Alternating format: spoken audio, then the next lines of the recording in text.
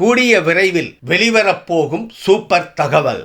நடிகர் தனுஷ் எடுத்த முடிவு மறுப்பு சொல்லாத ஐஸ்வர்யா. பச்சை கொடி காட்டிய தலைவர்.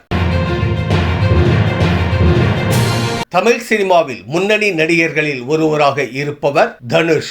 இவரது நடிப்பில் இந்த ஆண்டு வெளியான ராயன் திரைப்படம் வசூல் ரீதியாகவும் விமர்சன ரீதியாகவும் நல்ல வரவேற்பை பெற்றது.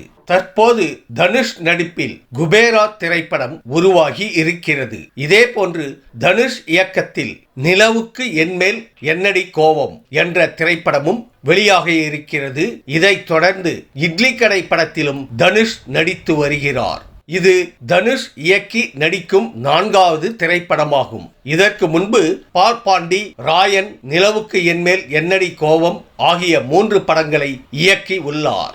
தமிழ் சினிமாவில் ஒரு நடிகராக மட்டுமே இருந்து குறுகிய வட்டத்திற்குள் தன்னை சுருக்கிக் கொள்ளாதவர் தனுஷ். இயக்குனர், தயாரிப்பாளர், பின்னணி பாடகர், பாடலாசிரியர் என்று பன்முக கலைஞராக அறியப்படும் தனுஷ் தமிழ் மொழி படங்களை தாண்டி பாலிவுட் மற்றும் ஹாலிவுட் திரைப்படங்களிலும் நடித்துள்ளார். இந்த நிலையில் தன்னுடைய மகனை ஒரு நடிகராக்க வேண்டும் என ஆசைப்படும் தனுஷ் கூடிய விரைவில் மூத்த மகன் யாத்ராவை சினிமாவில் அறிமுகம் செய்ய தயாராகி உள்ளார். சில கதைகளை மகனுக்காக இவர் கேட்டு வருவது மட்டுமின்றி தானே ஒரு சிறப்பான கதையை தயார் செய்தும் வைத்துள்ளாராம். ஐஸ்வர்யா இதுவரை மகன் நடிகராக மாறுவதற்கு எந்த ஒரு தடையும் சொல்லாத நிலையில் ரஜினிகாந்தும் உன் விருப்பம் போல் செய் என பேரனின் ஆசைக்கு பச்சை கொடி காட்டிவிட்டாராம். எனவே ரஜினிகாந்தின் குடும்பமும் தனுஷின் இந்த முடிவால்